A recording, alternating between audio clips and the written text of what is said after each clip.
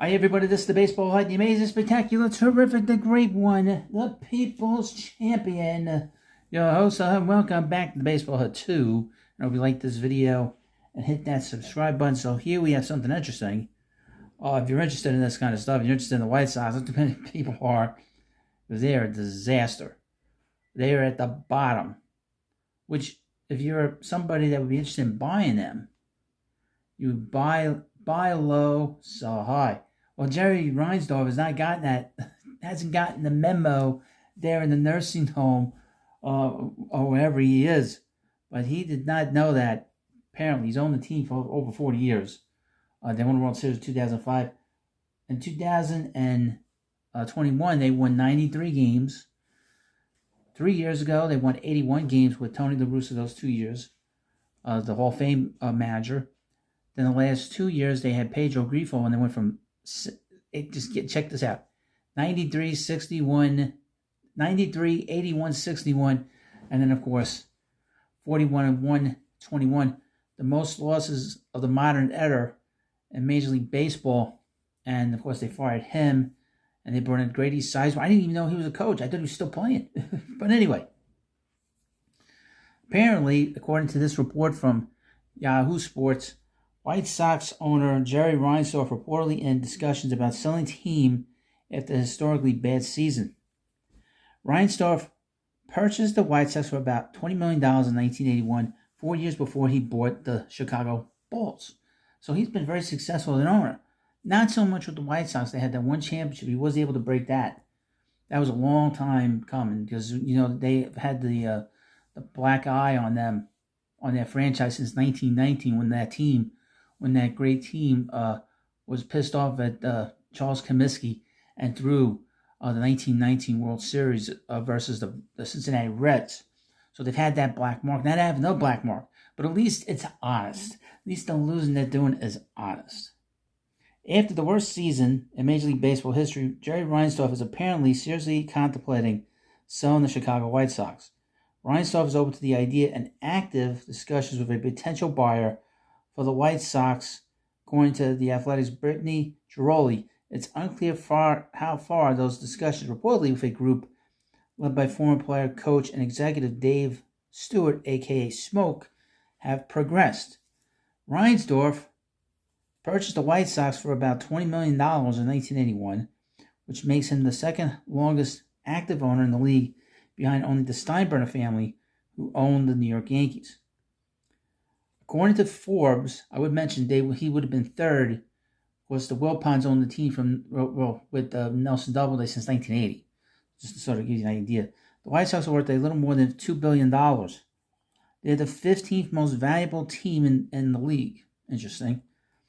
Reinsdorf was 88, is the majority owner of the White Sox, and he owns just shy of 20%. The White Sox have made the playoffs 6 times under his leadership, most recently in 2021. That's terrible. So out of 40-something years, they've made the playoffs 6 times. They won the World Series in 2005, marking the franchise's first title since 1917. The White Sox went 41 and 121 this year, which set the MLB record for most losses in a single season in the modern era. The team fired manager Pedro Grifo in August after less than 2 years on the job. Naturally, their performance led to plenty of calls from fans for Reinsdorf to sell the team. This season, Reinsdorf said last month in a letter to fans that this was a failure. Oh, you think so, Jerry? Hello, Jerry. Did you know that was a failure? I guess, you're dribbling the oatmeal. The nurses, they probably said, Jerry, your team is 41 and 121. Huh? You mentioned Jerry in the nursing home. Friday meets Friday. I'm not gonna get into it. I know you're thinking, what's going on here? There's a lot of stuff going on. I'm not going to get into it. He wrote this: as the leader of this organization, that is my ultimate responsibility. There are no excuses. He wrote, in part, I want to thank you for continuing to support the team throughout what was an embarrassing season. You all deserve better. P.S. Get me out of the nursing home. Reinsdorf also owns the NBA's Chicago Bulls. He purchased the team in 1985 for about $16 million and oversaw the franchise's dominant run with Michael Jordan that brought in 6 titles over an 8-year span. The Bulls are now valued at $4.6 billion by Forbes, which makes them the sixth most valuable team in the league. And Michael Jordan hasn't played in over 20 years, and the fact that they are that high up, I wonder what it was when Jordan was playing, probably number 2 or 3. I'm sure it's lost value since they haven't won in quite a while. Previously, Reinsdorf had not publicly shown interest in selling the White Sox. He has said that he wants his heirs to sell the White Sox and keep the Bulls after his death. Reinsdorf's son Michael is the Bulls' current COO and team president. It's unclear when a sale of the White Sox would be finalized if it happens, or if Stewart's ownership group would be part of the deal. Stewart won 3 World Series as a player, and his ownership group has been trying to land both an MLB expansion team and an NWSL team in Nashville. White Sox current lease at Guaranteed Rate Field runs through 2029. Though Reinsdorf and the team have been pushing for a new stadium in the Chicago area, it's unclear if Stewart would attempt to move the team to Tennessee. Regardless of what the future might hold for the organization, it appears that Reinsdorf is ready to part with the White Sox. Now, a couple of things. They are not the number 1 team in Chicago, the White Sox. I am not from Chicago, okay? Obviously, from my accent, I'm from New York, okay? Chicago loves the Cubs. It's all about the Cubs, the Cubs, the Cubs.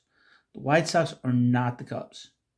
Now, the thing about the White Sox is that really up until the 80s, baseball was a dead sport in Chicago. Okay? And they didn't go to the World Series, really up until, I think it was like 59, they were in the World Series. And then obviously in the 40s, they were with the White Sox. And then in the 40s, the Cubs were in the World Series. But they bereft of any kind of like a playoff baseball there for all those years. And I don't know, because I don't live there, what the effect would be for the White Sox themselves to move. Because back in the 90s, before they got the new ballpark, before they got the Comiskey Park, or whatever the hell they call it now, I don't know how the community there would react to the White Sox leaving Chicago. They've been there a long time, but they don't have that sort of close connection with the fans there that the Cubs do. If the Cubs were to leave Chicago, that would be a huge national story. Would be a huge story. You had the big ballpark there, the historic ballpark. The White Sox do not have an historic ballpark. They had a park that was old. It was built in the 19-teens, I guess. An old Comiskey. And then they put in this sort of one of the last cookie cutter parks. One of the cookie cutter stadiums. The best thing that the White Sox should probably think about doing, if I'm living there, is build a park that harkens back to the old park, has an old-time feel to it. But at the same time, if they don't feel that they can get the kind of place they want, they could go somewhere else. I don't think that the town would be all that upset that if they left. I'm being honest with you. Just from my own, how I look at it, I don't know if that's true. But we do know that they were close to leaving in the 90s to go to Tampa. Hey, did you see the roof blew off the Tampa Bay, off the Rays Park? It looks pretty good out that roof. They should keep the roof off. But anyway, let me know what you think about this. Let me know what you think about this video about the White Sox being sold. At this point, why would you want to buy them when they're so bad? Why would you want to sell them when they're so bad? But then if you're a buyer, this is the best time to buy, because then you could probably make a big profit 20, 30 years from now. And apparently he has. That's probably why he's been holding on to this club for so long. You let me know what you think about this video. And, of course, please subscribe to the Baseball Head 2. Thanks for watching, and I'll see you later.